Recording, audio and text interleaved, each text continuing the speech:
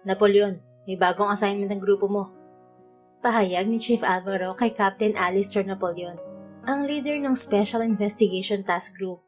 Inilapag ng matanda ang folder na puti sa mesa nito. Chief, pwede po bang ibang department muna ang humawak ng kasong yan? Walang po ako sa tao ngayon dahil sa dami ng hawak naming kaso. 6 na buwan na po kaming straight sa trabaho.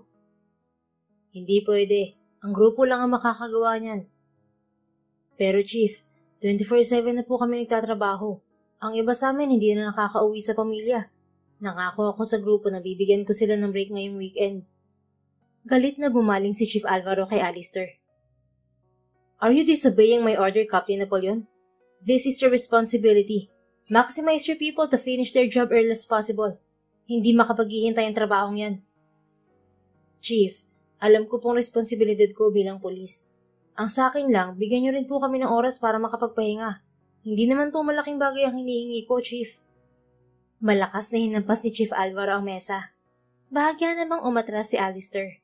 Ayaw man niyang galitin ng opisyal, ngunit ayaw din niyang mawalan ng tao dahil sa sobrang pagtatrabaho. Kahit nga masama ang pakiramdam mo ng iba ay pumapasok pa rin para makapaglingkod lamang sa bayan. Kaunting pahinga lang naman ang nais niya. Walang puwang ang reklamo sa aking departamento, Napoleon. Panindigan niyong pinasok niyong trabaho at nungkulin. Kung walang tao nagagawa niyan, ilagay mo sa field na nasa opisina mo. Wala na tayong pag-uusapan pa. You're dismissed. Walang nagawa si Alistair.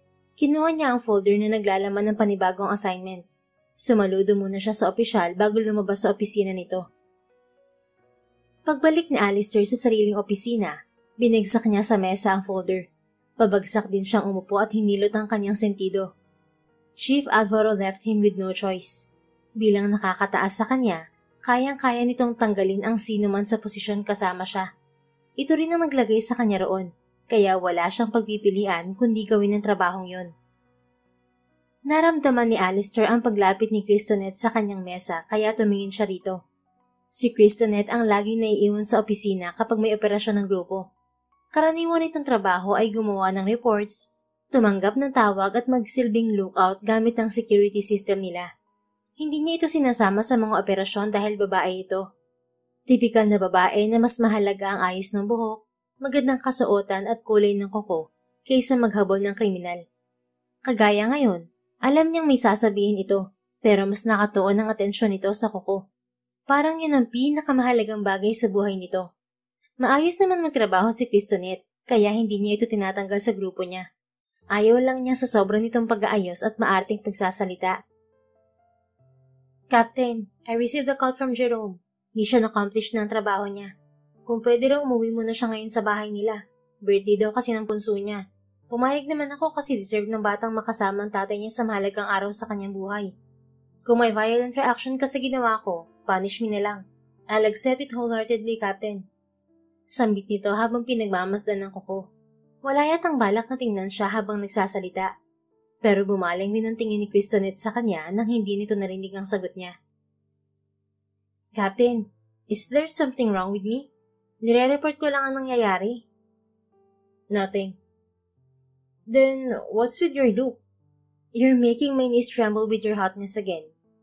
Please stop acting hot in my eyes, Captain. Don't make me fall if you can't catch me. Matamis itong ngumiti na hindi niya pinansin.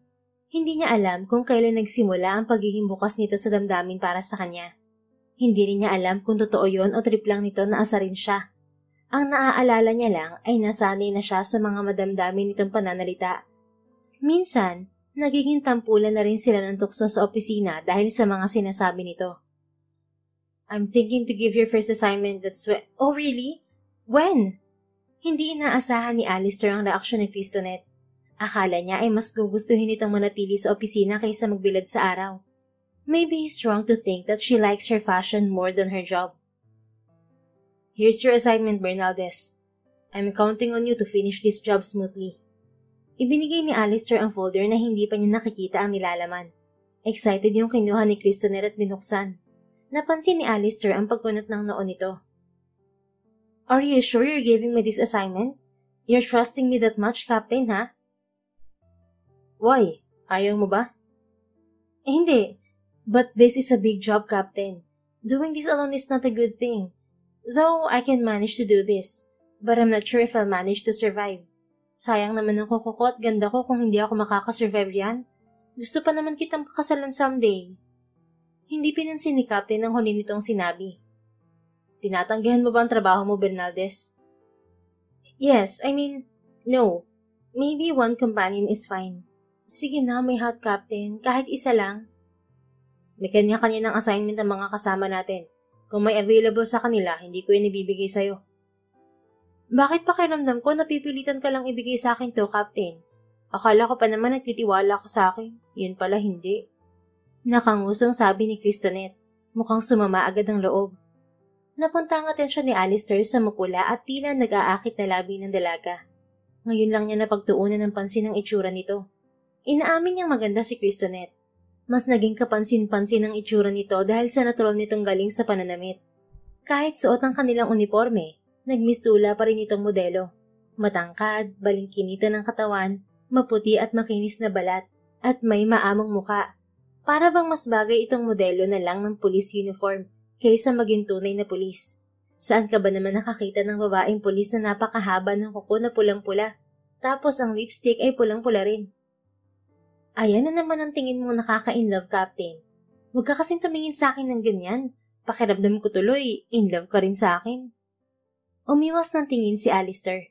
Hindi niya namamalayan na palihim na pala niyang pinagmamasdan si Cristonet. Bahagya siyang tumikim at ibinalik ang formal na pakikipag-usap sa dalaga. Bakit gusto mo magkaroon ng kasama sa assignment na yan, Bernaldez? Di ba may kinalaman ng kasundo kay Mr. Liu Bangata? Yung tayuhan na lagi nahuhuli ng mga pulis dahil sa droga, pero lagi rin nakakalusot sa korte? Kailangan maghanap tayo ng actual evidence na may kinalaman si Ngata sa pagpapakalat ng droga sa bansa. Nang sa ganun, tuluyan na siyang mabulok sa kulungan. Mahirap gawin yun kapag nag-iisa, lalo na sa katulad niyang madulas pa sa palos. Gusto mo bang mawala ng miss sa opisinang to, Captain? Saka di pa ako ready mamit si San Pedro, no? Kaya I want a sidekick. Hindi ko yan kaya mag-isa. Ngayon pa lang sinasabi ko na agad sa'yo para alam mo. Humalakip-kip ng upo si Alistair. Hindi niya pinahalata na wala siyang alam sa bagong assignment na ibinigay sa grupo niya. Akala niya simpleng kaso lang yon, pero nagkamali siya. Hindi niya dapat binigay ang assignment kay Cristonet. Masyadong ang delikado ang trabahong yon para sa dalaga. Let me have that folder. Inilahad ni Alistair ang kamay kay Cristonet para kunin ang hawak nitong folder. Bakit? Bababuin mo bang trabahong to sa akin, Captain? Malungkot nitong tanong. The folder, please. Ulit ni Alistair pero niyakap ni Cristonet ang folder habang umiiling. Alam mo, Captain, sa loob ng 3 taon, hindi ako nagreklamo kahit lagi ako naiiwan dito sa opisina. Malaki naman ang naitutulong ko sa grupo kahit nag-iisa akong babae rito.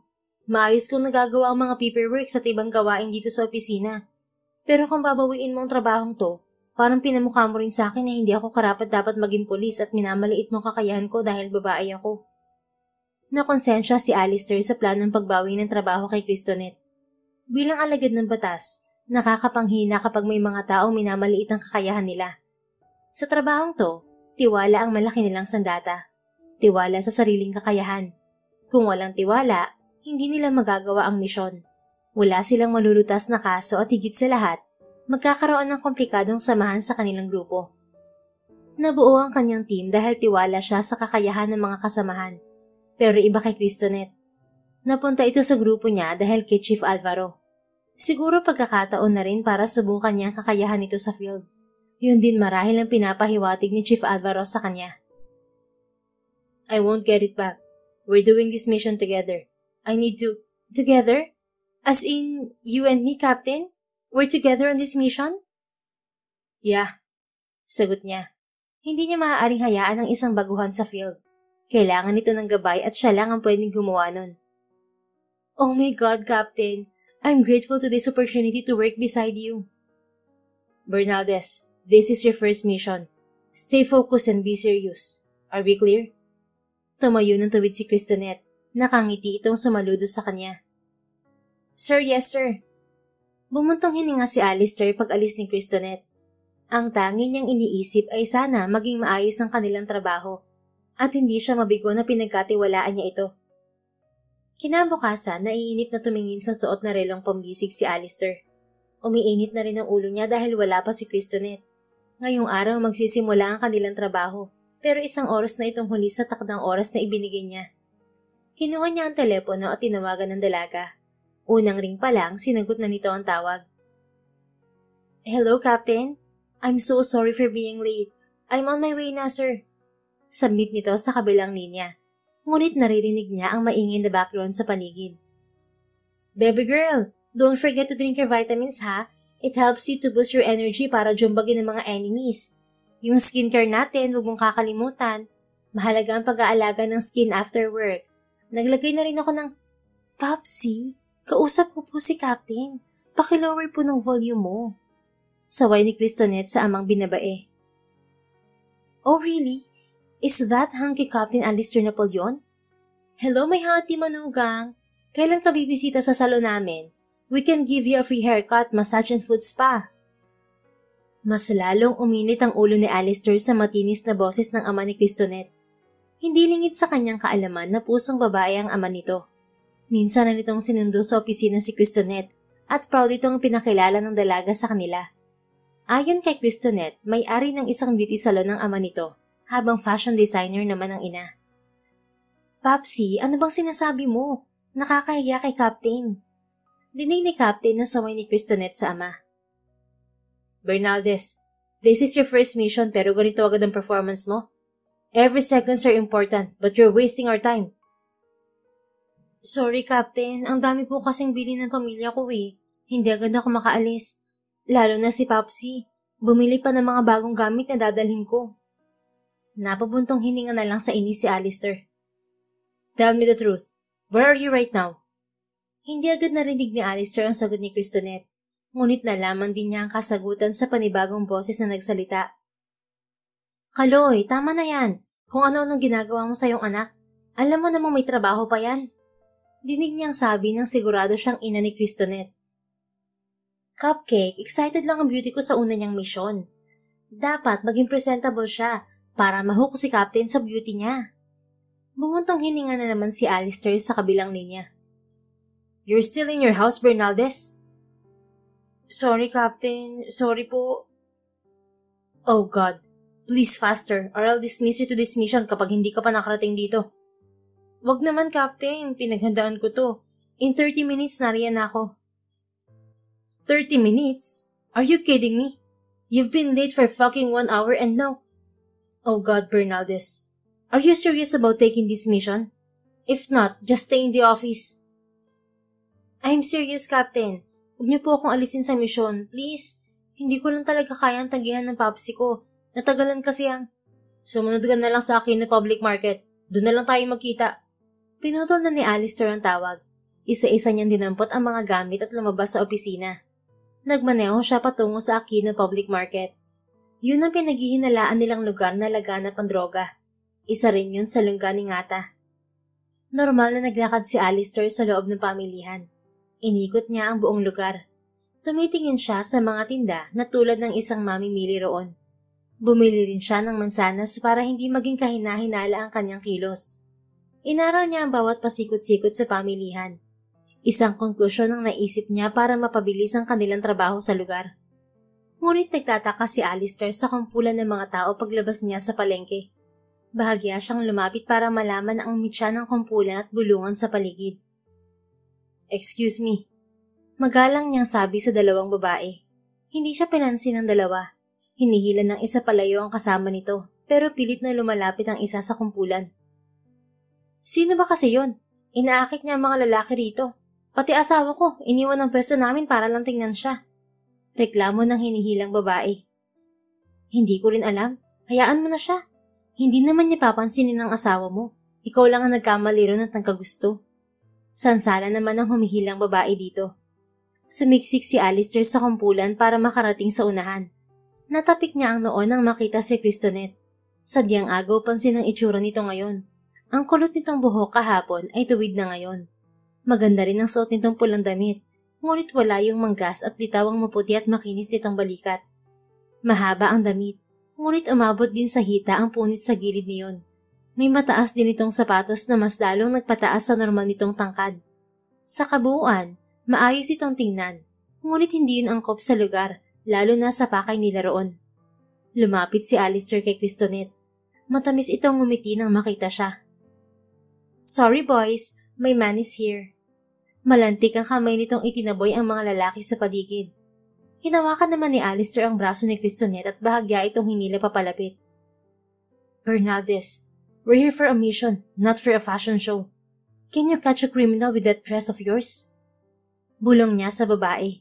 Iniiwasan niyang marinig ng ibang tao ang kanilang pag-uusap tungkol sa misyon.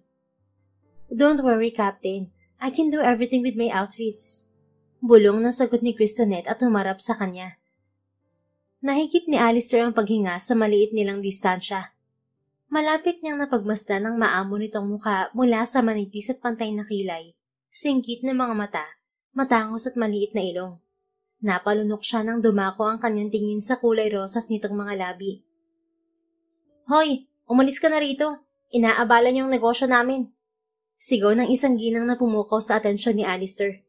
Umiwas siya ng tingin kay Christonet. Bahagya siyang lumayo sa dalaga. Follow me. Mahinang utos niya kay Christonet. Naglakad sila palayo sa karamihan. Nagrenta ng isang kwarto si Alistair at Christonet malapit sa pamilihan. Iyon ang magsisilbi nilang hideout habang ginagawa ang misyon. Kasalukuyang magkaharap ang dalawa para pag-usapan ang kanilang gagawin. Nakaupo sa maliit na sofa si Alistair habang nakaupo sa gilid ng kama si Christonet. We need to work inside the market, Bernaldez. May binayaran ako kanina para sa magiging trabaho nating dalawa. Tindera ka habang ako kargador sa palengke. Mapapabilis ang trabaho natin kung mananatili tayo sa mismong lungga ng kalaban. Nag-cross-leg si Christonet. Lumitaw ang makinis at maputi nitong hita at binti. Umiwas naman ang tingin si Alistair. Ayaw niyang isipin ng dalaga na tumitingin siya sa maganda nitong hita. Captain, masyadong masikip ang kwartong to para sa ating dalawa. Kahit gusto kong makasama ka, hindi naman pwede. Hindi ako nakakatulog kapag may suot na damit. Mas komportable ako kung naka-undies lang. Ayaw mo naman sigurong makita ang katawan ko, di ba? Kung gusto mo naman, pwede rin. Pero kapag nalaman ni Papsi na nakita mo ang katawan ng pinakamamahal niyang prinsesa, baka ipakasal niya tayo ora mismo. Gusto mo ba yun? Sa akin okay lang. Alam mo naman type kita. Bumalik ang tingin ni Alistair kay Christonet. Itinuon niya ang tingin sa mukha nito. Iniwasan niyang dumako ang mga mata sa lantad nitong mga balat. Maluwag sana tayo rito kung hindi dahil sa apat ng maleta. Ano bang laman ng mga yan? Bakit ang dami mong dala? Plano mo bang tumira rito?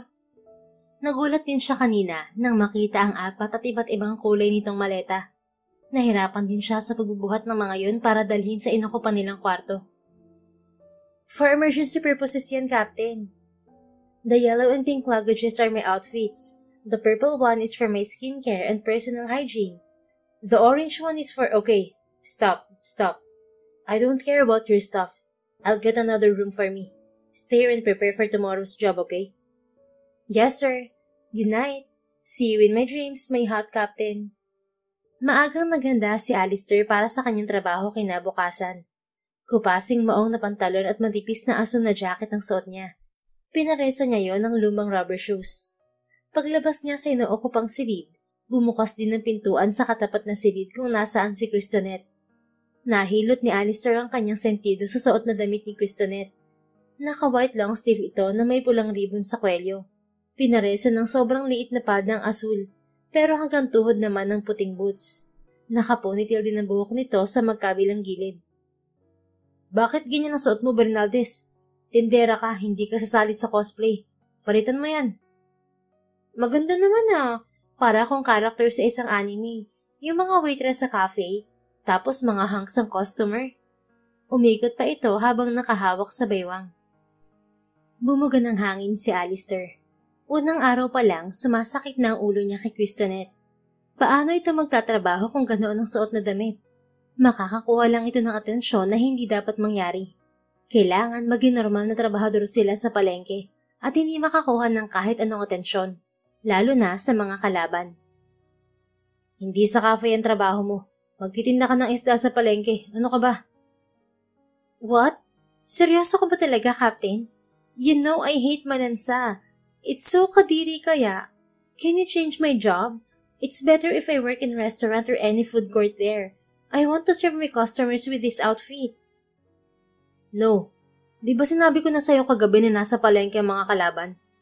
Now, it's either papalitan mo yung suot mo o yan ang magiging uniform mo habang nagtitinda ka ng isda. You choose. Lumaylay ang balikat nito at malungkot na tumingin sa kanya. Madaling araw ako gumising para ayusin to, Captain. Kaya sorry, ito ang pipiliin ko. Matatagalan din tayo kung magpapalit pa ako. Kailangan ko ng isang araw para pag-isipan kung anong klase ng damit ang isusuot ko. Baka bukas na tayo makapagtrabaho kung magpapalit pa ako ngayon. Isa pa, wala akong outfit na pang tindera. Then it's your choice. Don't complain later. Okay, Captain. I won't. Don't call me Captain when we're at the market. Call me by my name. Affirmative, Alistair. Malambing nitong sabi sa kanyang pangalan. Ngumiti pa ng napakatamis na tila nagpapakyut. Binaliwala na lang ni Alistair ang narinig kahit parang gusto niyang ngumiti. Siguro nahahawa na siya sa magandang ngiti ni Christonet tuwing kausap niya ito. Good. Umalis na tayo. Baka naghihintay na si Manong Reggie sa atin. Tukoy niya sa matandang binayaran para maging tindera sa pwesto nito si Christonet. Nauna na siyang naglakad patungo sa hagdan pababa. Alright, baby. Tumigil si Alistair sa paglalakad at muling humarap sa dalaga nang marinig ang sinabi nito. What did you say, Christonet? Sabi ko, alright, Alistair. Nakangiti nitong sagot. Alright, baby. Ginaya ni Alistair ang sinabi ni Christonet. Kumindat pa siya na may kasamang ngiti bago muling naglakad. Lumawak naman ang ngiti ni Alistair nang marinig ang impit na tili ni Christonet sa hulihan niya. He didn't expect that being with a sassy partner will be good. She can always make him smile indeed. Yeah, he can describe her as sassy. She is smart, bold and full of confidence. Isama pa ang pagiging kikay nito manamit kahit na isa itong alagad ng batas. Hindi mo aakalain na dumaan ito sa matinding training para maging pulis. Naging abala ang lahat sa palengke. Nagsimulang magbuhat si Alistair ng mga batya na may lamang isda mula sa iba't ibang probinsya. Nirarasyon niya yon sa bawat pwesto sa palengke. Tinuruan naman ni Manong Reggie si Christonet kung paano maglinis ng isda. Palihim naman itong tinitingnan ni Alistair kapag napapadaan siya sa pwesto nito. Sa una, nasusuka si Christonet sa amoy ng mga isda. Pero nang magtagal, nasanay na rin ito kahit hindi ganoon kabilis ang kilos.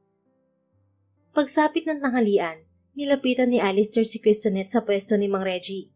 Nakaupo ito sa kahoy na bangko habang hinahaplos ang isang paa. Halata ang pagod sa bagsak na balikat ng dalaga. May dumi na rin sa suot nitong damit, ngunit maayos pa rin ang buhok at mukha nito. Hey, are you okay? Halika na, kumain na muna tayo.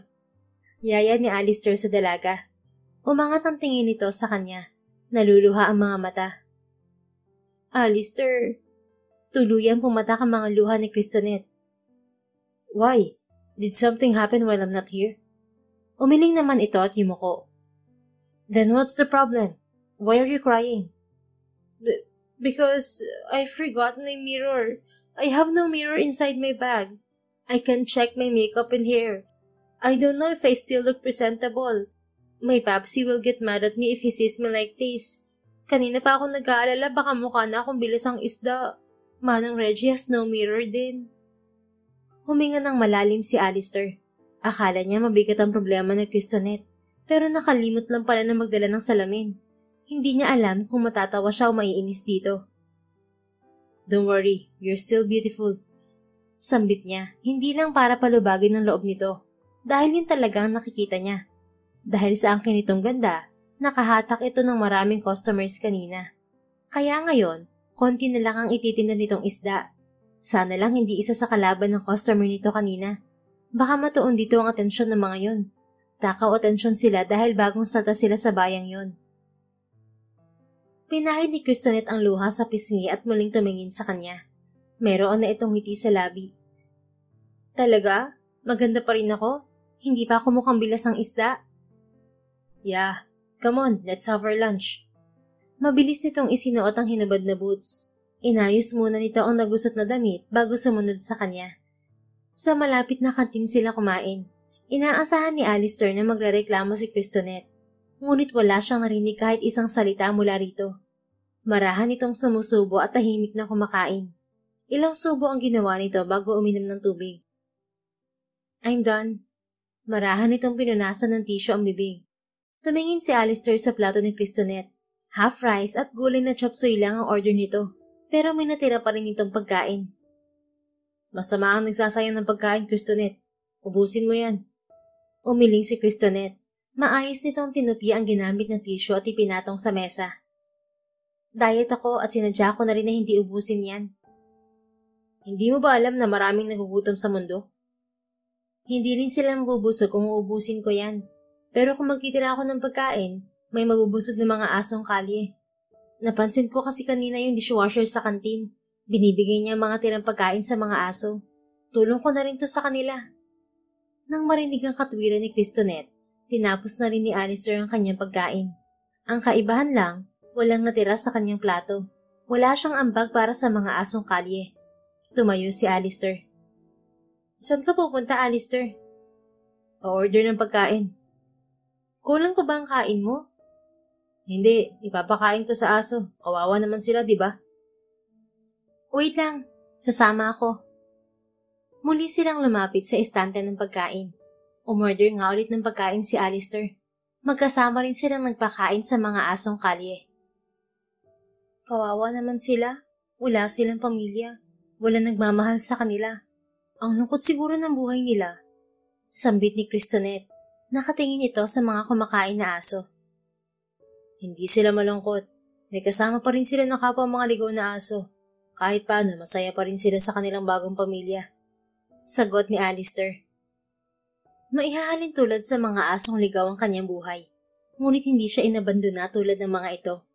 Sa halip, ulila na siya dahil sabay namatay ang kanyang mga magulang. Kapwa NBI agent sa mga ito at napahamak sa isang operasyon. Kahit delikado, pinili pa rin niyang sundan ang yapak ng mga magulang. Buo ang kanyang pakiramdam kapag nasa trabaho kahit wala ang mga ito. Captain, may napansin nga pala ako kanina sa isang customer. Mahinang sabi ni Cristonet. Lumapit ito sa kanya para marinig niya ang sasabihin nito. Anong napansin mo? Bumibili sila ng isda. Ano ka ba? Normal lang yun dahil isda ang tinda mo. Magtaka ka kung manok ang tinda mo. Pero hindi normal na 6 na beses siyang bumalik para bumili, di ba? Mauunawaan ko kung 2 beses lang. Dahil pwedeng yun ang ulam ng agahan at tanghalian. Pero kakaiba talaga ang isang yun. Ito pa, mukha siyang kinakabahan at lagi siyang tumitingin sa paligid. Halata rin ang kanyang pagmamadali. Dumakwang si Alistair palapit kay Cristonet. Mamayang gabi tayo mag-usap. May nagmamasid sa atin. Umalis na tayo. Inakbayan niya si Cristonet. Ngumiti pa siya sa dalaga na nagpapula sa pisngi nito. Huwag kang pa-fall, Captain. Baka hindi mo ko kayang saluhin. Bulong ni Cristonet na hindi nakaligtas sa pandinig ni Alistair. Pinili niyang hindi pansinin ang sinabi ng dalaga at nagpatuloy sa paglalakad. Pagsapit ng gabi, nag-usap ang dalawa sa kwarto ni Cristonet. Kahit pagod sa maghapon trabaho, inuna pa rin nila ang totoong trabaho. Minapansin akong kahinahinala sa mga fish vendor kanina. Karamihan sa kanila pinipili ang matatamang isda pero hindi nila binibenta. Nakalagay lang yun sa isang batya. Lahat sila sa isang tao lang binibigay ang mga isda. Really, Captain? Something's fishy with the fish. Nalaman mo ba kung saan dinadala mga isda? Tanong ni Cristonet. Hindi pa. Pero bukas isa ako sa mabubuhat ng pinamiling isda ng buyer. Aalamin ko ang lokasyon ng bagsakan at pupuntahan ko yun sa gabi. Tumango si Cristonet kasabay ng paghikab. Maaga ba ulit tayo bukas, Captain? Tanong nito habang iniuunat ang kamay. Yes, maraming supply bukas kaya maaga magsisimula ang trabaho. Magpahinga na tayo para... Natigilan sa pagsasalita si Alistair nang marinig niya ang marahang paghilik ni Cristonet. Bahagya siyang natawa sa itsura ng dalaga. Nawala ang pagiging maarte at sosyalera nito habang natutulog. Nakasandal ito sa upuan habang nakanganga at humihilik pa. Good night, partner. Nakangiting sabi ni Alistair sa dalaga. Marahan niya itong binuhat at inilipat sa kama. Inayos niya ang kumot nito bago lumabas sa silid ng dalaga. Kinabukasan, balik trabaho ang dalawa. Kahit papaano may konting pagbabago sa kilos ng Cristonet habang naglilinis ng isda. May nagbago rin sa suot nito. Hindi na pang cosplay, Pero mukha itong cowgirl sa suot na white-fitted spaghetti strap sando na pinaibabawan ng isang red checkered polo. Nakabuhol ang dalawang laylayan ng polo sa tapat ng tiyan. Pinaresan iyon ng fitted jeans at black boots na may 3 inches na takong. Agaw pansin pa rin ito, lalo na sa full bun nitong buhok na nagpapalitaw sa maputi at makinis nitong batok. Hindi na ata mawawala ang pagiging fashionista nito sa pananamit at ayos. Mabilis natapos ang mahaba nilang araw sa palengke. Pauwi na sila nang lumapit si Manong Reggie sa kanila. Ang alam ng matanda ay magkasintahan silang dalawa. Iho, iha, maaari ko ba kayong imbitahan sa aming tahanan bukas? Golden anniversary kasi namin ng aking asawa. Magkakaroon ng salo-salo sa bahay. Sana makapunta kayo. Tutal ay bago namin kayong kaibigan. Sige po Manong Reggie, pupunta po kami. Sagot ni Alistair.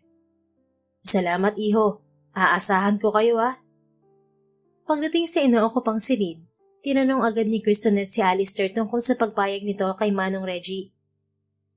May trabaho tayo bukas, Captain.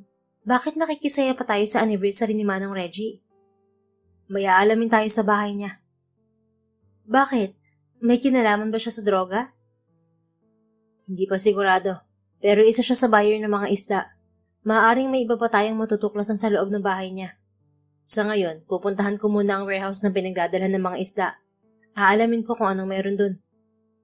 Sige, babantayan kita gamit ang system natin.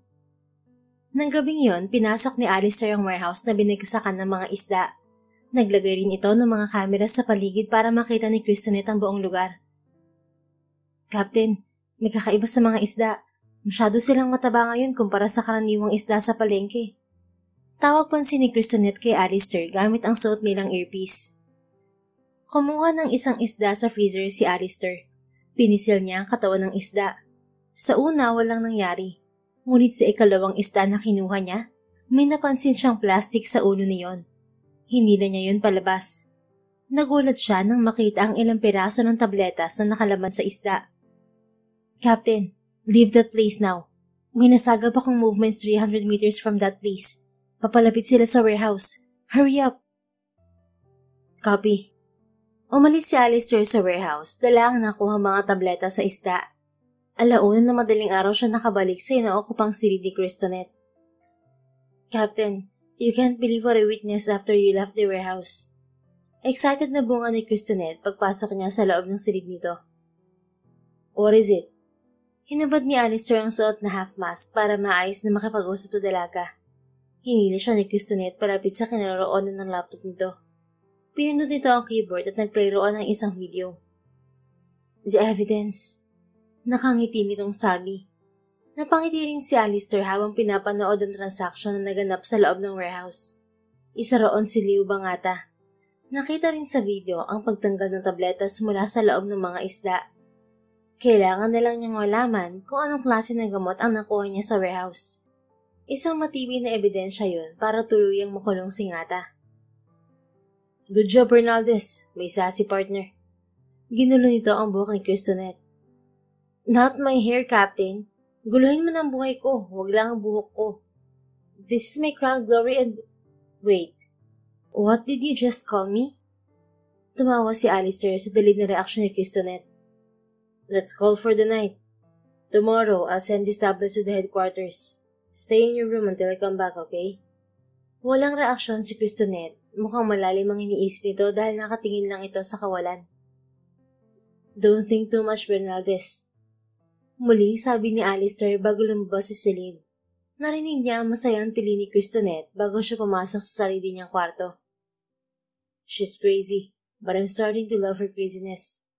Nakangiting sabi ni Alistair tungkol sa kanyang sassy partner. Nabulabog ng malakas na tunog ang tulog ni Alistair. Bumalikwas siya ng bangon at kinuha ang kanyang baril. Lumapit siya sa pintuan nang marinig uli ang tunog sa kabilang kwarto. Marahan niyang pinihit ang seradura, ngunit bigla yung bumukas dahil sa isang lalaki. Itinutok niya ang baril dito pero wala na itong malay. Namilag ang mga mata ni Alistair nang makita ang kasalukuyang nangyayari.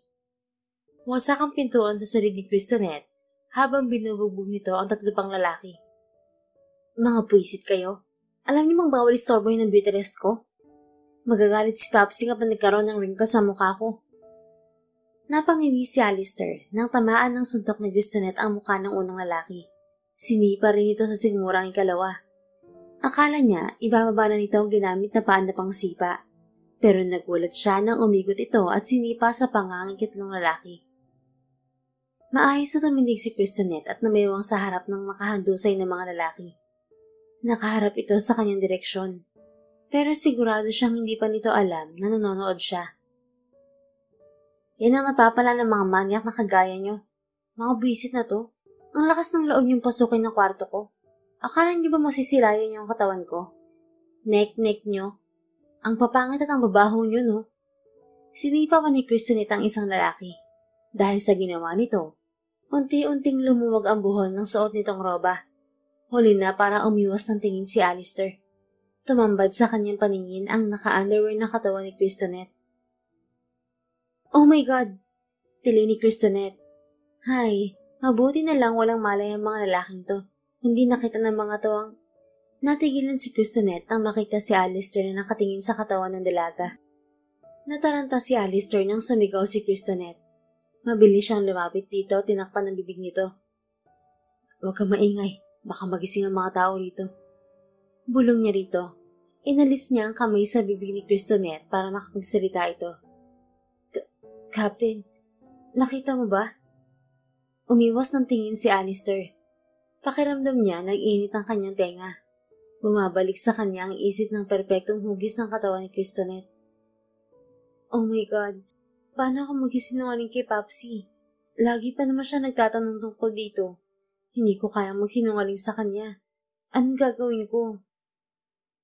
Let's discuss about this later. Tumawag muna tayo ng polis para iparesto ang mga to. Iwas tingin niyang sagot sa dalaga. Nakita mo ba talaga ang katawan ko, Captain? No. Talaga? Yes.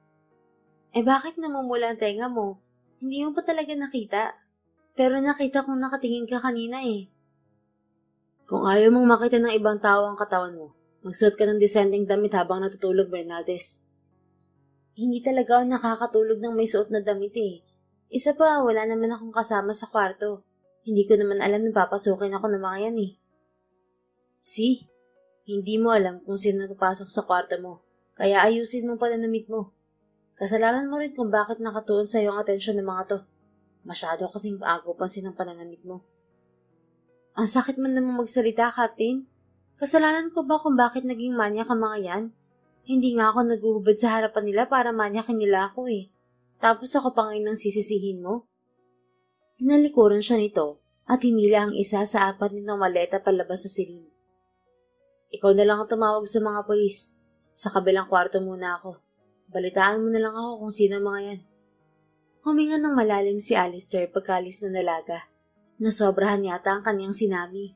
Wala naman siyang masamang intensyon sa mga binitiwang mga salita. Makakatulong din kay Gristonette kung magiging normal at naaayon sa lugar ang pananamit nito. Alas 5 ng umaga nang matapos ang pakikipag-usap ni Alistair sa mga kabarong polis. Napag-alaman niya na may tambay sa kanto na pumasok sa kwarto ni Gristonette. Unang araw pa lang daw ay nakamasid na ang mga ito sa kanya. Ninakaw ng mga lalaki ang duplicate ng susi sa may-ari ng paupahan. Yun ang ginamit ng mga ito para makapasok sa silid. Bumalik si Alistair sa inookupang silid. Naabutan niyang nakaupo sa silid ng kama si Gristonette. Pinagmamasdan nito ang mga damit sa ibabaw ng higaan. Nakakalat yun na parang namimili ito ng isusuot. Mga tambay sa kanto pumasok sa kwarto mo, Gristonette. Sinusubaybayan ka na nila nung unang araw pa lang natin dito. Tulad ng sinabi ko, hindi makakatulong ang klase ng pananamit mo sa lugar na to. Panimula ni Alistair para kunin ang atensyon nito. Captain, alam mo ba ang dahilan kung bakit ganito ang pananamit ko? Na kahit sabihan akong ooy at maarte, kahit napapahamak ako, ginagawa ko pa rin? Pero napansin ng kapitan ang namumugto nitong mga mata. Mukhang kagagaling lang nito sa pag-iyak. Dalawang dahilan na naiisip niya kaya ito umiyak. Natakot ito sa panloloob ng mga lalaki o nasaktan ito sa kanyang sinabi. No, ano ba yun? Tipid niyang sagot. Lumapit si Alistair sa maliit na mesa. Kinuha niya ang 2 tasa at nagtimpla ng kape. Dahil to ang kasiyahan ng mga magulang ko. Simula pa lang malulungkot na ang buhay nila. Pareho silang tinakbuhan ng pamilya. Si Papsi, pinalayas ng mga magulang dahil sa kasarian niya. Si Mami tinaboy ng sariling pamilya dahil mas gusto nitong maging fashion designer kaysa magtrabaho sa kumpanya ni Lolo. Matalik silang magkaibigan at pareho ng kapalaran. Sa kabila ng lahat, natutunan nilang mahalin ang isa't isa. Isipin mo paano sila naghirap para lang mabuo ka. Grabe, hindi ko rin maisip kung paano nangyari yun. Narinig ni Alistair ang marahang pagtawa ni Christonette. Hindi naman siya nagsalita at patuloy lang sa pagtitimpla ng kape. Si Christonette naman ay nagpatuloy sa kinukwento nito. Alam mo, Captain, lagi nilang sinasabi na akong kasiyahan nila. Naging mas matatag sila dahil sa akin. Napatawad sila ng kanilang pamilya dahil sa akin. Narito ako dahil sa kanila. Naging ganito ang pananamit ko dahil isang successful na fashion designer ang Mommy. At may-ari naman ng iba't ibang branch ng salon si Popsy. Bawat damit na ginagawa ni Mommy ako ang una nagsusuot. Masaya ako na binibihisan ni Mommy. Kontento ako sa obra ni Popsy sa tuwing nilalagyan niya ng makeup ang mukha ko. Noon pa lang lagi na ako napapahamak dahil sa pagiging ganito ko. Kaya naging ganito ang propesyon ko para protektahan ang sarili ko. Nagawa ko naman at nagustuhan ko rin ang trabaho ko. Ginawa ko lahat maging masaya lang sina Popsy. Pero gumawa ako ng isang bagay na magiging dahilan ng kalungkutan nila. Ibinaba ni Alistair ang kutsarang ginamit panghalo sa kape. Hinawakan niya ang 2 tasa at lumapit kay Christonette. Umupo siya sa tabi nito sa gilid ng kama. Iniabot niya rito ang 1 tasa. Kung inaalala mo mga pumasok sa kwarto mo, nakakulong na sila. Nihintay na lang ng mga pulis ang formal complaint galing sa'yo para tuluyan silang kasuhan. Maingat na tinanggap ni Christonette ang tasa mula sa kanya. Hinawakan lang nito iyon at tinitigan. Hindi yun ang iniisip ko, Captain. Ano bang iniisip mo? Yung tungkol ba sa nakita kong katawan mo kanina? Sabi mo kanina hindi mo nakita. Nakayuko nito ang sabi. Bahagya lang bumukas ang suot mong roba. Technically, hindi ko talaga nakita ang buong katawan mo, Christonette. Pero nakita mo pa rin. Mahigpit kong binuhol ang roba bago pumasok ang mga lalaking yun. Pero bakit biglang lumuwag nung naroon ka na? Forget about it. Hindi naman big deal ang bagay na yun eh. Sinimulan niyang humigop ng kape, pero hindi kinagalaw ng Christonette ang tasa ng kape sa kamay nito. Big deal yun sa akin, Captain. Nakasalalay rin ang kaligayahan ng mga magulang ko. Ang kasiyahan ko ay kasiyahan din nila. Mahalaga ang salitang pangako sa pamilya namin. Naniniwala ka ba na ang pangako ay dapat tinutupad? Of course. Promises are not meant to be broken. Why? Nangako ako sa kanila na walang makakakita sa aking katawan maliban sa future husband ko. Pero dahil nakita mo ng katawan ko, nasira na ang pangako ko. Nabigo ko sila. Siguro hindi naman ganoon ang iisipin nila sa'yo. Aksidente ang nangyari at hindi mo rin yung ginusto. Tama ka, Captain. Hindi yun ang iisipin nila, pero kilala nila ako. Alam nilang malulungkot ako sa pagkasira ng sarili kong pangako. Hindi ako magaling magtago ng sariling damdamin. Kabisado nila ang bawat emosyon ko. Kapag malungkot ako, nalulungkot din sila. Kasalanan ko to. Magbibigay ako ng dahilan para malungkot sila. Wala akong kwentang anak. Hindi naman. Ano ka ba? Ganito na lang. Isipin mo na lang na nobyo mo ang nakakita sa katawan mo. Siguro naman may plano na kayo about future. Hindi ka na mahihirapan kung iisipin mo siya ang future husband mo. It gives you happiness, right? Hindi pa ako nagkakanobyo. Paano ko iisipin ang isang bagay na hindi ko pa nararanasan?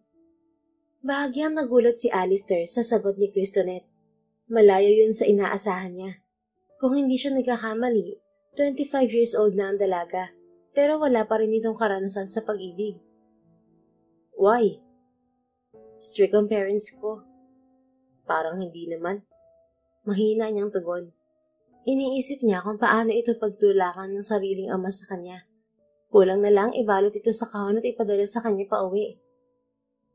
Kung iniisip mong kilos ni Popsy kapag nakikita ka, hindi talaga siya ganun. Baka natuwa lang siya sa'yo. Nakakatakot kapag seryoso si Popsy. Baka kung anong gawin niya sa'yo kapag nakitang malungkot ako. Ano bang kinakatakot mo? Tanong niya bago uminom ng kape. Natatakot akong presahin ka niya para pakasalan ako. Ano? Bernaldez, sinasabi mo bang kailangan kitang pakasalan dahil nakita ko ang katawan mo? Tumingin sa kanya si Cristonet at marahan na tumango. Pagak na tumawa si Alistair. Tumayo siya at binitiwan ng tasa ng kape sa mesa.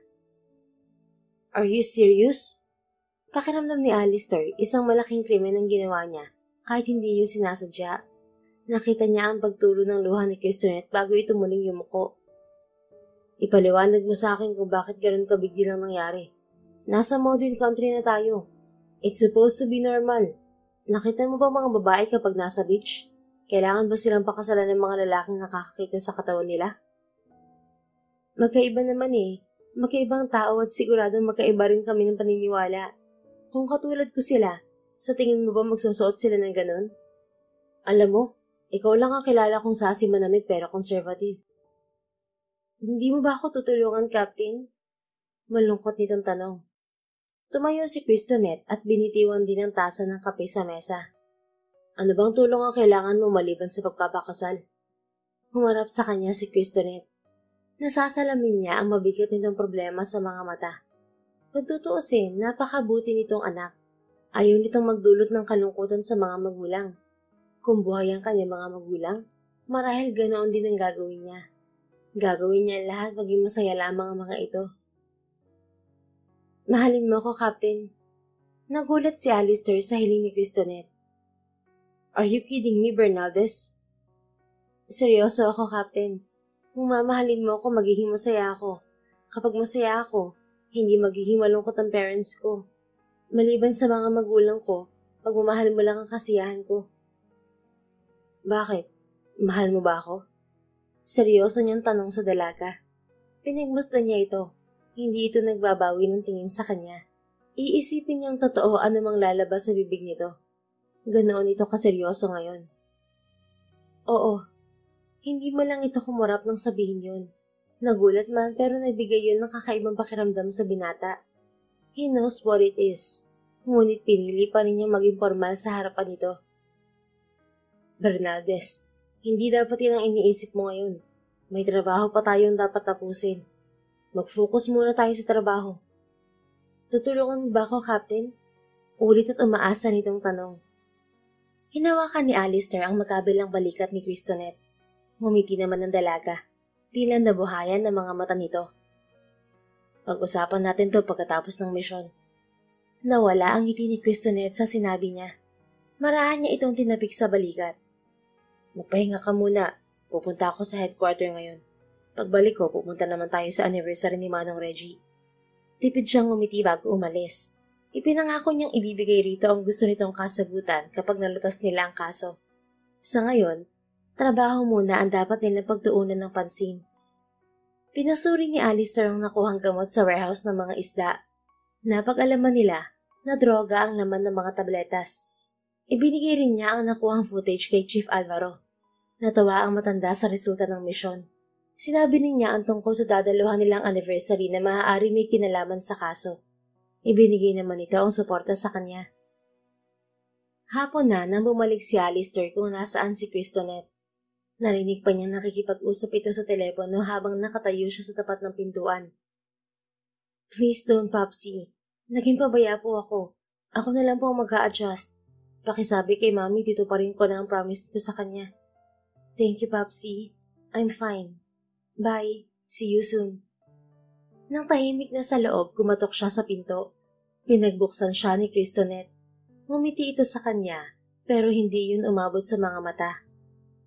Are you ready? Tanong niya kahit alam niyang nakahanda na ito. Nanatili ang pagiging fashionista nito sa pananamit. Yeah, nanibago si Alistair sa tipid nitong sagot. Let's go. Inilahad niya ang braso para alalayan ang dalaga sa paglalakad. Sige. Nadismaya si Alistair nang hindi ito humawak sa braso niya. Nakibit balikat na lang siya at sumunod dito. Bahagyang namangha ang dalawa nang makita ang bahay ni Manong Reggie. Hindi nila inaasahan na may tila man siya nitong bahay, kahit pagtitinda lang sa palengke ang hanap-buhay ng matanda. Mabuti naman nakarating kayo. Tara sa loob. Kayo na lang ang hinihintay namin. Nakangiting salubong ni Manong Reggie sa kanila. Ang ganda ng bahay niyo, Manong Reggie. Puri ni Christonette sa bahay ng matanda. Naku iha, hindi sa akin to. Caretaker lang kami rito ng asawa ko. Nasa ibang bansa ang may-ari ng bahay. Ganun po ba? Ang yaman siguro nila. Muling sabi ni Christonette. Pasimple namang nagmasid sa paligid si Alistair. Kakaiba ang pakiramdam niya sa bahay na yun. Hindi pa niya masabi, ngunit may kakaiba roon. Pagpasok nila sa loob, lumakas ang hinala ni Alistair sa paligid. Kumain muna kayo. Nakangiting paanyaya ng matandang babae. Marahil ito ang asawa ni Manong Reggie. Kami lang po ba ang bisita niyo? Tanong ni Christonette. Hindi iha. Marami kaming inanayahan pero hindi pa sila dumarating. Sige na, kumain na kayo. Sabayan niyo na po kami. Paanyaya ni Christonette pero tinanggihan ng matanda. Excuse me. Where's the comfort room? Agaw ni Captain sa atensyon ng matanda. Baybayin mo lang ang pasilyong yan, iho. Saka na naroon ang banyo. Thank you po. Tumayo si Alistair para pumunta sa banyo. Sa halip na pumasok doon, sa ibang direksyon siya pumunta. Binubuksan niya ang naladaanan na pintuan. Mabilis niyang nililibot ang tingin sa loob bago lumipat sa ibang silid. Isang hagdan pa ibaba ang umagaw sa kanyang pansin. Tumingin muna siya sa paligid bago naglakad papunta roon. Nang buksan niya ang pintuan, isang malawak na paggawaan ang bumungad sa kanya. Isang factory ng mga gamot. Shit, dito ginagawa ang mga gamot na nakuha ko sa isda. Sambit niya matapos suriin ang paligid. Sino ka? Anong ginagawa mo rito? Dahan-dahang humarap si Alistair sa nagsalita. Kaagad niyang itinaas ang dalawang kamay nang makitang nakatutok ang hawak nitong baril sa kanya. Pasensya na, boss.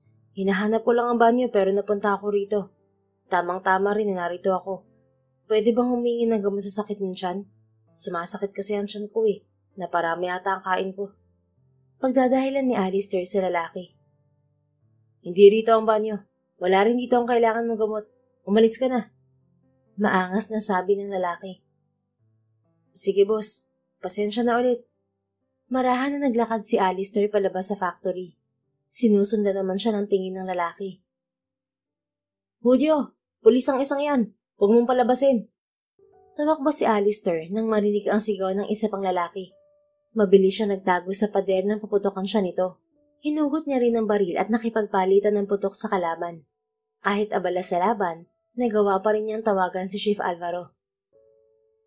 Chief, confirmed. Narito ang factory nila. Noted, Captain Napoleon. Patungo na riyan ang backup.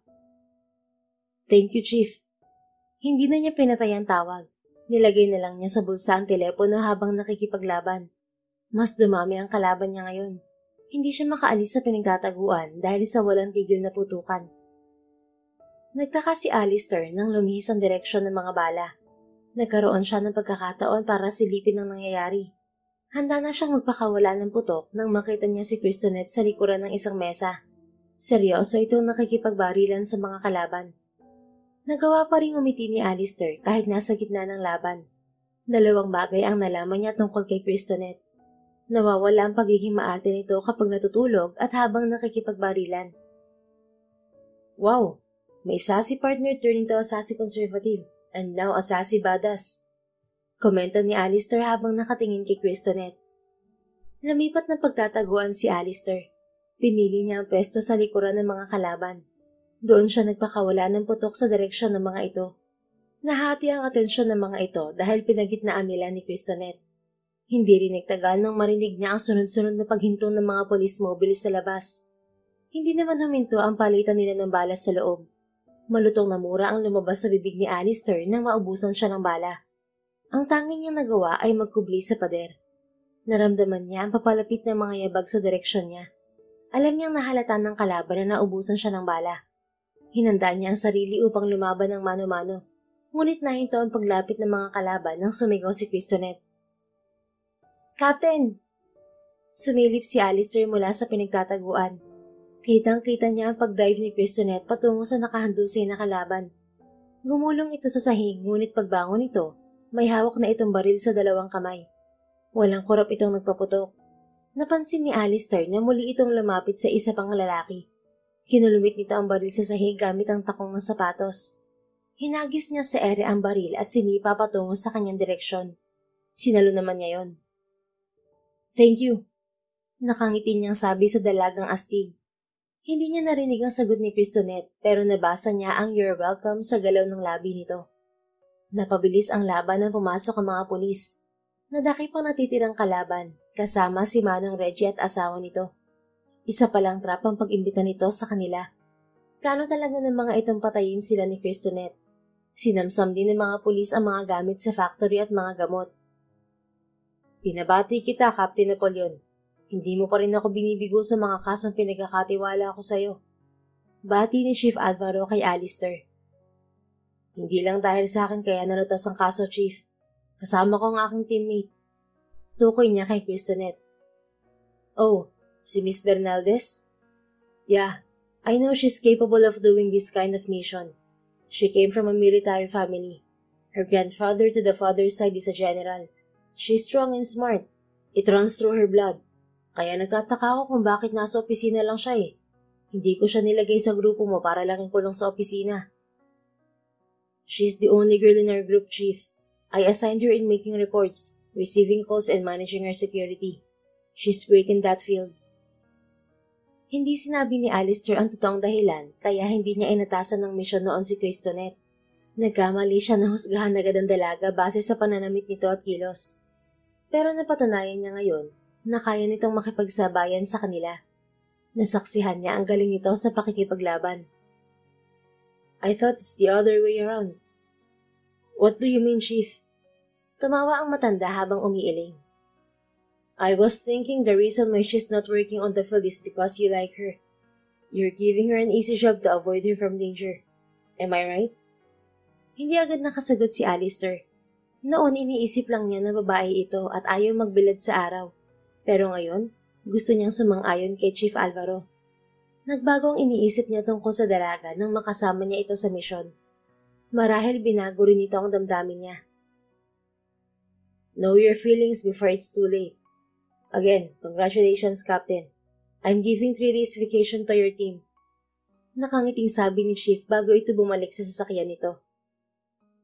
"Captain." Tumingin si Alistair kay Cristonet nang lumapit ito sa kanya. Pinagmasdan niya ang dalaga. Ngayon, napagtanto niyang tuluyang nag-iba ang tingin niya rito. Gustong sumilay ng ngiti sa kanyang labi habang nakatingin dito. He knows something changed in him, but it makes him happy. "Hindi ka pa ba uuwi, Captain?" "Aalis na rin ako. Nag-usap lang kami ni Chief Alvaro." "Ikaw, bakit hindi ka pa umuwi?" Pinilit pa rin niyang maging formal sa harapan ni Cristonet. Hindi niya alam kung paano sasabihin dito ang bagong tuklas na damdamin. "Aalis na rin. Magpapaalam lang sana ako sa'yo." "No need. Magkikita naman tayo sa opisina. Oh, before I forgot, nagbigay na 3 araw na bakasyon si Chief. Ikaw na magsabi sa iba nating miyembro." Captain, may sasabihin ka pa, Bernaldez?" Hindi agad sumagot si Cristonet. Malikot ang mga mata nito at tila nag-aalinlangan. Hindi rin mapakali ang paa nito. Hindi niya maintindihan kung masakit yun o nangangati lang. "Bernaldez." Napatigil sa pagsasalita si Alistair dahil sa ginawa ni Cristonet. Nagulat siya nang bigla siya nitong halikan sa labi. Naramdaman niya ang lambot ng labi nito sa labi niya. Bago pa siya makabawi sa pagkagulat, nakalayo na ito sa kanya. "Bye, Captain. Hope to see you again." Tumakbo si Cristonet, pero narinig pa niya ang huli nitong sinabi bago tuluyang makalayo. Makukurot ako ni Papsi kapag nalaman niya ang ginawa ko. Hindi agad nakakilos si Alistair kung hindi pa niya naramdaman ang tapik sa kanyang balikat. "Kapitan, nakita ko yun." "Jerome, bakit narito ka pa?" Tanong ni Alistair sa kasama. "Ikaw, Kapitan, bakit nakatayo ka pa dyan? Nasyok ka ba sa halik ni Bernaldez?" "Uy, aminin, nagustuhan mo, no? Umuwi ka na at sulitin mo ang 3 araw na bakasyon." Iniwan niya si Jerome at nagtungo sa sariling sasakyan. Pagpasok sa kotse, kusang sumilay ang ngiti sa kanyang labi. "Sassy partner, stop making me fool or else I'll make you mine." Nakangiti niyang sabi bago pa andarin ng sasakyan. Sa 3 araw na bakasyon ng grupo ni Alistair, pinili pa rin ng binata na pumasok sa opisina. Wala naman siyang ibang pupuntahan. Tanging trabaho at bahay lang ang lagi niyang pinupuntahan. Ilang oras na siyang nakaupo pero sa isang direksyon lang nakatuon ang kanyang mga mata. Sa mesa ni Cristonet. Naglalaro sa isip niya ang ginagawa nito habang nasa opisina. Hindi niya alam na kabisado pala niya ang bawat galaw ng dalaga. Paglipas ng 3 araw, balik trabaho na ang grupo. Maagang pumasok si Alistair. Handa na siyang iparamdam kay Cristonet ang totoo niyang nararamdaman para rito. Bumili siya ng isang tangkay ng rosas at nilagay yon sa mesa ni Cristonet. Kaagad yung napansin ng kanyang mga kasama pagdating ng mga ito. Mukhang kumikilos na si Kapitan. May pabulaklak na siya Nauunang panunokso ni Jerome. Hindi naman nagpahalata si Alistair na galing sa kanya ang bulaklak. Nagunwari siyang may binabasa. Kapitan, huli na yata ang pagpaparamdam mo. Ibang landas na ang tinatahak ni Bernaldez ngayon. Pahayag ng isa pa niyang kagrupo. Ano bang sinasabi mo, Garcia? Napanood ko kasi siya sa international news kahapon. Nasa Paris na siya at nagmamodelo. Grabe, model pala siya kaya ang fashionista at ang ganda. Pabagsak na binitiwan ni Alistair ang hawak ng papel. Nakuha niya ang atensyon ng mga kasama. Bumaling ang mga ito sa kanya. What news? Seryoso niyang tanong. ABN News, Captain. Binuksan ni Alistair ang Chrome sa kanyang computer. Hinanap niya ang sinasabing balita ng kasama. Hindi ito nagsisinungaling. Nakita niya ang pagrampa sa red carpet ni Cristonet maging ang pahayag nito na posibleng manatili sa Paris para sa bagong propesyon. Tumayo si Alistair at lumabas sa opisina. Pinuntahan niya si Chief Alvaro sa opisina nito. Good morning, sir. Bati niya kasama ang pagsaludo. Good morning. Tipid nitong ganti. Chief, hindi na ako magpapaligoy-ligoy pa. Nagpasa ba sa'yo ng resignation letter si Bernaldez? Yes. Actually, nagulat ako sa desisyon niya. Pero desisyon niya yon na dapat nating respetuhin. Hindi ba siya nagpaalam sa'yo? Dapat ikaw ang unang makakaalam nun bago ako. Naalala ni Alistair ang sinabi ni Cristonet pagkatapos ng misyon nila. Akala niya magpapaalam lang ito para umuwi sa bahay. Pero hindi niya alam na ito na pala ang tinutukoy nito. Umalis din agad siya sa opisina ni Chief Alvaro. Pumunta rin siya sa salon ng ama ni Cristonet. Nahirapan pa siyang hanapin yun dahil unang beses pa lang siya sa lugar. Nakuha lang niya ang address nito sa isang card sa drawer ni Cristonet. Nanlumo si Alistair nang makitang sarado ang salon. Naghintay siya sa tapat nun, pero hindi yun nagbukas. Bumalik siya sa opisina para gawin ang naiwan na trabaho. Naging regular ang pagdaan niya sa salon tuwing umaga at pag-uwi sa hapon. Sa loob ng 3 linggo, hindi niya nakitang bukas yun. Wala siyang alam na ibang paraan para makausap si Cristonet. Hindi niya alam ang social media account nito. Laging recorded voice naman ang sumasagot sa number nito. Pero kahit ganon, nag-iiwan pa rin siya ng voice message para sa dalaga. 3 buwan nang mabilis na lumipas. Tumigil na si Alistair sa pagdaan sa salon, pero hindi siya tumigil sa pagpapadala ng voice message kay Cristonet. Iniisip na lang niya na sana buksan nito ang phone at marinig ang mga mensahe niya. Bukod sa pagpapadala niya ng mensahe dito, itinuon din niya ang buong atensyon sa trabaho. Madalas sa opisina na siya natutulog dahil sa trabaho. Ayaw niyang magkaroon ng oras para lang malungkot sa kakaisip kay Cristonet. Bumabalik lang siya sa kanyang condo unit kapag nauubusan lang ng damit, kagaya ngayon. Kumuha siya ng malinis na damit. Bitbit niya ang isang bag habang naglalakad sa lobby ng condominium. Nagulat si Alistair paglabas niya sa building. Hindi niya alam kung anong ikikilos. Nanatili lang siya sa pwesto habang nililibot ang tingin sa 6 na lalaking nakapalibot sa kanya. Hindi nalalayo sa katawan niya ang katawan ng mga ito. Seryoso at halatang sanay sa laban ng mga ito. Kahit walang hawak na armas, alam niyang armado ang mga ito. Halata niya sa umbok na gilid ng suot na jacket ng mga ito na hinihinala niyang baril. Sino kayo? Anong kailangan niyo sa akin? Mahinahon niyang tanong.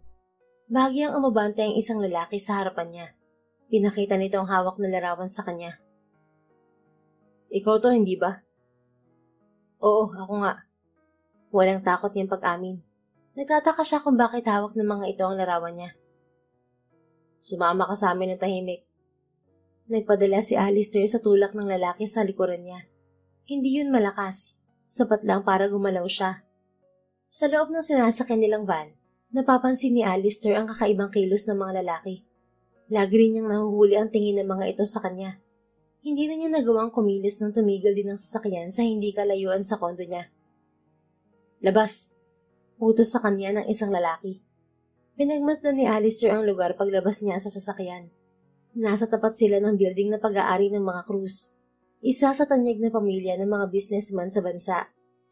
Tahimik lang si Alistair habang naglalakad. Napapagitnaan siya ng 6 na lalaki. Hindi naman niya nararamdaman ang panganib sa mga ito. Aalamin lang niya kung ano ang pakay ng mga ito sa kanya. Kapag kumilos sa mga ito ng masama, syempre lalaban siya. Nagtungo sila sa top floor ng building at pumasok sa nag-iisang silid doon. Nagtatakang inilibot ni Alistair ang paningin sa paligid. Napapalibutan ng mga bulaklak ang dingding. May nakalatag pang red carpet sa sahig. Good thing nakarating ka, Mr. Napoleon. Seryosong sabi ng isang baritonong boses. Hinanap ni Alistair ang pinanggalingan ng boses. Nagulat siya nang makita ang papsi ni Cristonet. Napalanok siya sa seryoso nitong muka. Tama si Cristonet. Nakakatakot ang papsi nito kapag seryoso. Hindi ka babakasan ng pagkabinabae. Sir, bati niya rito. Hindi niya alam kung namalikmata lang siya, pero napansin niya ang pangiwi nito. Alam mo ba kung bakit ka narito, Captain? Yun po ang gusto kong malaman, sir. Ngayon, sigurado na siyang hindi na malikmata kanina. Ngumiwi talaga ito sa pagtawag din ng sir. Bakit ba? Ay marespeto siya, lalo at ama to ng mahal niya. Kaya ka narito ay dahil dito. Pinakita nito ang isang phone sa kanya. Kay baby girl ang phone na to at bilang babae. Excuse me. Peke nitong pag-ubo. Bilang lalaki at ama ng anak ko, nauunawaan ko nararamdaman mo. Narinig ko ang lahat, pero hindi ito alam ng anak ko. Gusto mo bang iparinig ko to sa kanya o buburahin ko na? Gusto ko pong makausap ang anak niyo, sir. Ako na lang po magsasabi sa kanya ng mga sinabi ko riyan. Tumaas ang kilay nito at namaywang sa harapan niya. Biglang naglaho ang tigasin nitong itsura kanina. Ano ba? Kanina pa ako naiimbiyar na sa sir mo Gusto mo pa talagang anak ko, hindi? Gusto ko pong anak mo, Mr. Bernaldez. At handa akong panagutan ng nangyari sa amin. Tukoy niya sa aksidenteng nasilayan noon ng katawan ni Cristonet. Oh my God! May nangyari sa inyo ng anak ko? I can't take it. Naglihim sa akin ng baby girl ko. Hinawakan nito ang noo at umarting matutumba. Mabilis naman itong inilalayan ng mga lalaking kasama niya. Sis, umayos ka nga. Mabubuko tayo sa ginagawa mo Bulong ng isa na narinig naman ni Alistair. Pasimpleng bumuntong hininga si Alistair. Hindi totoong lalaki ang alin na sumundo sa kanya. Nalinlang siya sa pisikal na itsura ng mga ito. Kaya pala lagi niyang nahuhuli ang pasimpleng tingin ng mga ito sa kanya kanina. Dahil pusong babae rin pala ang mga ito sa likod ng malalaking katawan. Papsi! Napako sa kinatatayuan si Alistair nang marinig ang boses ni Cristonet. Bumaling siya sa pintuan kung saan nanggaling ang boses nito. Namangha siya nang makitang nakasuot ito ng wedding dress. Papsi, nangako ka na hindi mo tatakutin si Alistair para lang panagutan niya ang pangako ko sa inyo ni Mommy. Bakit dinala mo siya rito? Baby girl, I want you to be happy. Hindi ko siya tinakot. Tingnan mo nga kung mukha siyang natakot. Saglit na tumingin kay Captain si Cristonet. Hindi ba nag-uumapaw pa rin ang sex appeal niya? Gwapo pa rin at niwala ring galos. Hot naman talaga siya, Papsi. Napangiti si Alistair sa sinabi ni Cristonet. Hindi niya inaasahan na ganitong pagkakataon pa sila muling magkikita pagkatapos ng 3 buwan. Pero labag sa batas ang ginawa mo, Papsi. Hindi mo pwedeng arestuhin ang inosenteng tao. Baby girl mapanghusga ka. Hindi ko siya inaresto. Look who's these people. Tinuro nito ang 6 na lalaki. They are your aunties. Hindi ko ginamit ang mga tauhan ng lolo mo kaya wala akong nilalabag na batas. Excuse me, Mr. Bernaldez. Tawag pansin ni Alistair sa ama ni Cristonet. Yes, handsome and hot captain. Because you're Cristonet's father. I want to say something, sir. Muli itong umirap ng tawagin niyang sir. Anong sasabihin mo? Bago po kami maghiwalay ng anak mo 3 months ago, hinalikan niya ako sa labi. Oh my God! You did that, baby girl? Gulat na tanong ni Papsi kay Kristonette. Papsi, kasi Captain naman, bakit mo sinabi pa yun? Namumula nitong sabi sa kanya. Seryosong tumingin si Alistair sa kanya. I want to file a lawsuit against her, Mr. Bernaldez. What? Are you serious, Captain? Alman ni Kristonette na namimilog ang mga mata. Bakit ngayon pa? Pwede later na lang. May fashion show kami sa 8th floor ng building. No. Kakasuhan kita ng sexual harassment at habang buhay na pagkakabilanggo sa piling ko, Kristonette Bernaldez. Unti-unting nabura ang pangamba sa mukha ni Kristonette. Nangilid ang luha nito. Ano ba yung sinasabi mo, Captain? Formal namang humarap si Alistair sa ama ni Kristonette. Nahuli pa niya ang nakangiti nitong itsura bago naging seryoso. Sir, will you let me marry your daughter? Yes, of course. Willing na willing. Masiglang sagot ni Papsi na parang itong inalok ng kasal ni Alistair. Papsi, hindi ko ang pakakasalan ni Captain. Can you please behave? Saway ni Kristonette sa ama. Sa akin siya nagtanong, baby girl. Of course, I said yes for you. Bumaling naman si Alistair kay Kristonette. Nakangiti ang dalaga habang nangingilid ang luha. Kristonette, I know it's too late to say yes to your question 3 months ago. But I'm willing to love you. Not because you asked for it, but because I love you. Tuluyang tumula ang mga luha ni Kristonette sa sinabi niya. Marahan yung pinahid ni Alistair. Baby, may sassy partner. Will you be my partner for a lifetime? Do you want to share your life with me? Will you allow me to love you for eternity? Will you marry me? Huminga muna ito ng malalim bago nakangiting nagsalita. I was drawn by your presence since the day I met you, Alistair. I tried to get your attention but I failed. When I got the opportunity to tell you how much I love you, I didn't get your answer. I left to move on and forget about you, but I failed again. You're still the captain of my heart, Alistair. And yes, I'm willing to share everything with you. I love you too. Thank you for loving me back. Yun na marahil ang pinakamasayang nangyari sa buhay ni Alistair. Ang tanggapin ni Kristonette ang pagmamahal niya. Thank you, babe. Mahal kita noon pa man. Nahihiya lang akong aminin. Niyakap niya ito at hinalikan sa sentido. Sana hindi ka nahiya, may Captain. Kasi sasagutin naman agad kita eh. Naramdaman rin ni Alistair ang pagyakap ni Kristonette sa kanya ng mahigpit. Oh my God, my baby girl is getting married. As her father/fairy godmother, dapat may gawin ako. Girls, prepare for the wedding, ASAP. Gulat na tumingin si Alistair at Kristonette kay Papsi. Anong wedding, Papsi? Kakapropose pa lang po ni Captain. Saka may event pa kami. Baka magalit si Mommy kapag hindi ako pumunta. Sayang ang ginawa niyang gown for me. Nakiusap pa naman siya kay Lolo na ganapin dito ang fashion show. I know about this, honey. Sabay silang bumaling sa bagong dating na babae. Hinala ni Alistair, ito ang ina ni Kristonette dahil sa pagkakahawig ng dalawa. The event continues downstairs and another event will happen here. Prepare for the wedding, sweetheart. Pumalakpak ito kasabay ng mga naglabasan na tao. May tumutugtog, mga bisita at may pari. Ang 6 na lalaking sumundo kay Alistair kanina ay naglabas ng iba't ibang pang-ayos na nakalagay sa baywang ng mga ito. Akala niya ay baril yun, pang-makeup pala. Masasabi niyang pinaghandaan ng mga magulang ni Kristonette ang kasalang ito. Kasalang walang papel. Sa susunod na buwan na lamang daw ang tunay na wedding at sigurado daw gagawin yung engrande ng Papsi ni Kristonette. Naging mabilis ang paghahanda pero naging mabagal ang oras habang pinagmamasdan ni Alistair ang paglalakad ni Kristonette sa red carpet. Tila may nagliliparang paru-paro sa kanyang tiyan habang hinihintay itong makalapit sa kanya. Sa sobrang kasiyahan, hindi niya napigilan ng luha. Normal lang yan, iho. Tears of joy. Sambit ni Chief Alvaro na tumatayong ama niya sa araw na yon. Inimbitahan din pala ito ni Papsi. Ngumiti siya kay Chief at muling tumingin sa babaeng makakasama niya habang buhay. Nagpatuloy ang seremonyas ng kasal. Nagbigay sila ng pangako at walang hanggang pagmamahal sa isa't isa. Natapos ang isa sa memorableng pangyayari sa kanilang buhay sa isang halik. halik na magiging simula ng buhay nila bilang mag-asawa. Hindi matawaran ang kasiyahan ni Alistair. His sassy partner will become his lifetime partner, and they will surely make babies to complete their joy and happiness.